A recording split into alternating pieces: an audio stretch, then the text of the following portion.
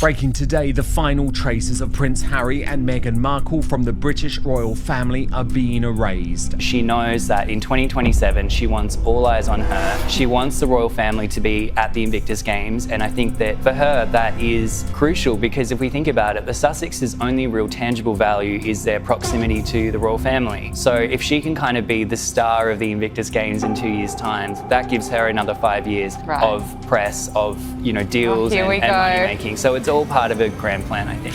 There is a number hanging over Prince Harry that could turn this entire story from embarrassing to catastrophic: 9,950,624.37. And the frightening part is that the judge has already decided Harry is going to pay something. The only mystery left is how much, because while Harry waits in California for London to reveal the damage, another question is becoming impossible to ignore: why does Invictus suddenly look safer without Meghan Markle standing beside him? The dates are there, the money is there, the silence is there, and when those three things collide, gossip stops looking like gossip and starts looking like a pattern. Now, this is a big problem. This is on top of Harry having lost his court case against the Daily Mail. You've got bankruptcy looming with a house that may just get blown into the sea. They can't afford that house. They're living beyond their means. They're ruined. 37 pence. That tiny final figure attached to a potentially enormous bill tells you just how precise this legal nightmare has become. The Daily Mail's publisher stood in the High Court and asked Prince Harry to hand over the money within 14 days on an indemnity basis, the kind of cost order that can become brutally expensive. The judge has reserved judgment, meaning the figure already exists somewhere in the machinery of the court. Harry simply has not been told what it is yet. The deadline is August 28, and suddenly that date looks less like a calendar entry and more like a financial guillotine. Harry has sued the Daily Mail for what he claims to have been unlawful information gathering 15 years ago. Well, it's been thrown out by the judge, and it's likely to cost Harry up to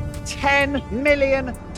It is money that he simply hasn't got. Now take that date and place it beside something completely different: Birmingham, July 10. And the Invictus 1-year countdown. Meghan Markle had been scheduled to appear. Then, days before the event, she pulled out. Prince Harry walked into the room alone, smiling, shaking hands, and carrying the public-facing responsibility by himself. But here is where the story gets uncomfortable. Reports from people connected with these events claim there was relief backstage when Meghan Markle did not arrive. Relief, not disappointment, not panic, relief. And if that reaction is accurate, then what exactly has happened to the Sussex brand inside the organization Prince Harry has spent years describing as his life's work? The salty Duchess has just managed to get a new word into the Urban Dictionary, and this word, I think, could sum up quite a lot of what the Sussexes are currently going through.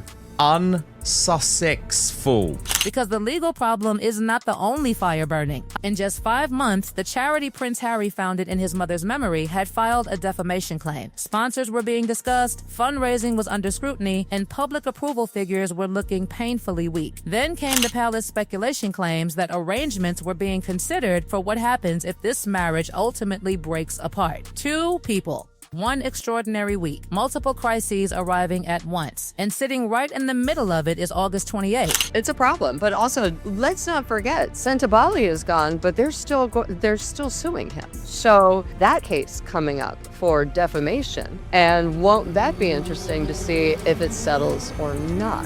The most explosive question is therefore not simply whether Prince Harry can afford the legal bill. It is whether the entire structure surrounding Prince Harry and Meghan Markle is beginning to separate into 2 very different futures. One appears to involve Invictus moving forward regardless. The other involves Harry discovering exactly what his legal war has cost him. And then there are the 6 other people who joined him in that claim. Names that could suddenly become very important when the final cost order arrives. The Royal Courts of Justice heard the matter at the end of July, and Mr. Justice Nicholin did something that sounds procedural but is devastating when you understand what it means. He reserved judgment. In ordinary language, the decision exists, but the public does not yet have the number. Harry cannot simply argue his way around it. Permission to appeal was deferred until after costs are determined, meaning the invoice comes first. The fight about the invoice comes later. And then came the figure figure that made this case look completely surreal. The publisher's barrister asked for an interim payment approaching £10 million,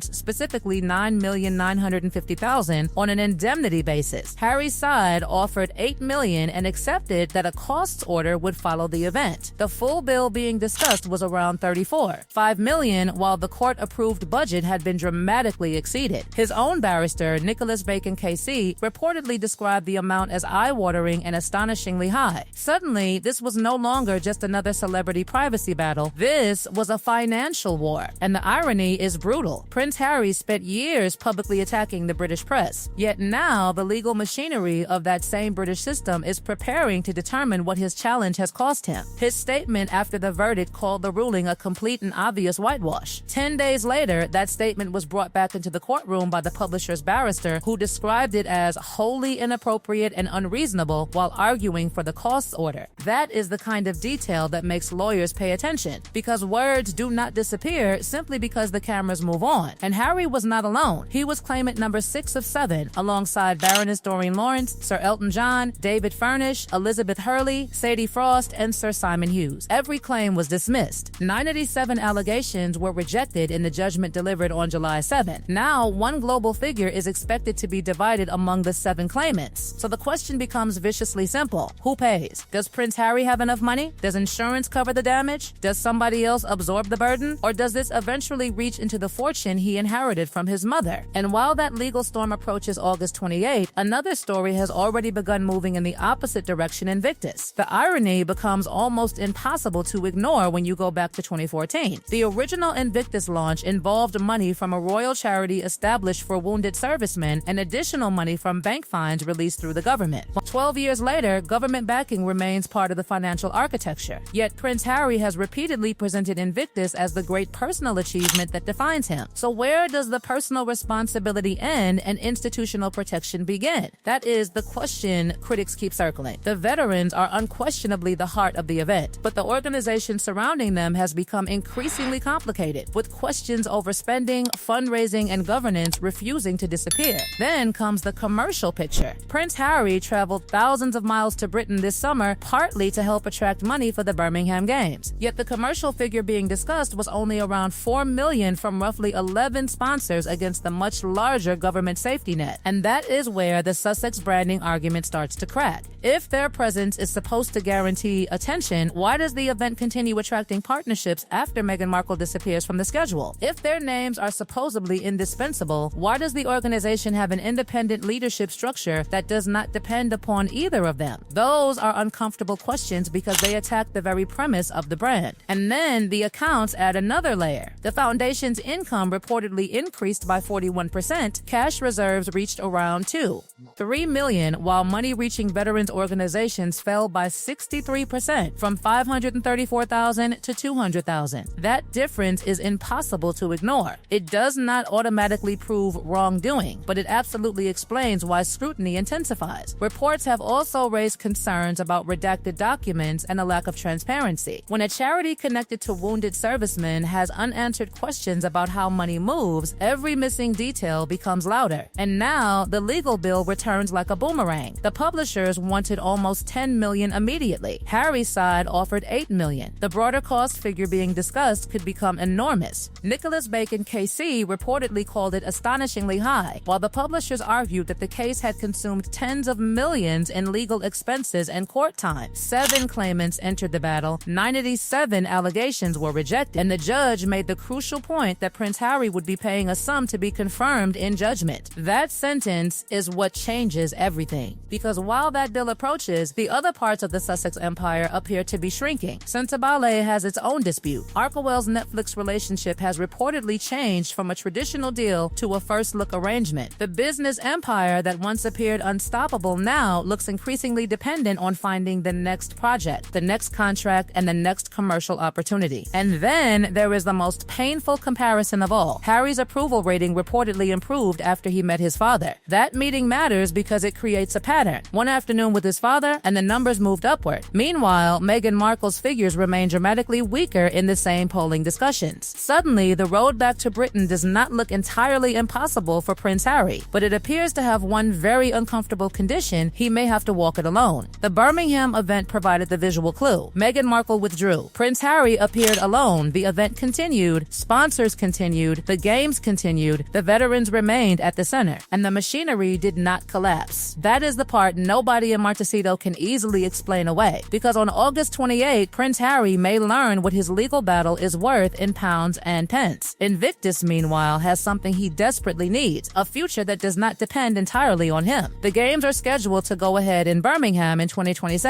with competitors and spectators expected from around the world. The institution survives. The real question is whether the same can be said for the Sussex model. If Prince Harry walks back toward Windsor, perhaps his public numbers rise again. Perhaps the royal connection unlocks doors that the Sussex brand could not. Perhaps the Invictus name becomes easier to fund when it is separated from the endless personal drama. But if Meghan Markle stays outside that picture, then the implication is brutal. For years, the story was that they were stronger together. Now the numbers, the dates, and the institutions appear to be asking a completely different question. What if Prince Harry's only road back is the road Meghan Markle cannot follow? And when that court figure finally lands on August 28, the world may discover not only what Prince Harry owes financially, but what remains of the empire he once believed he controlled.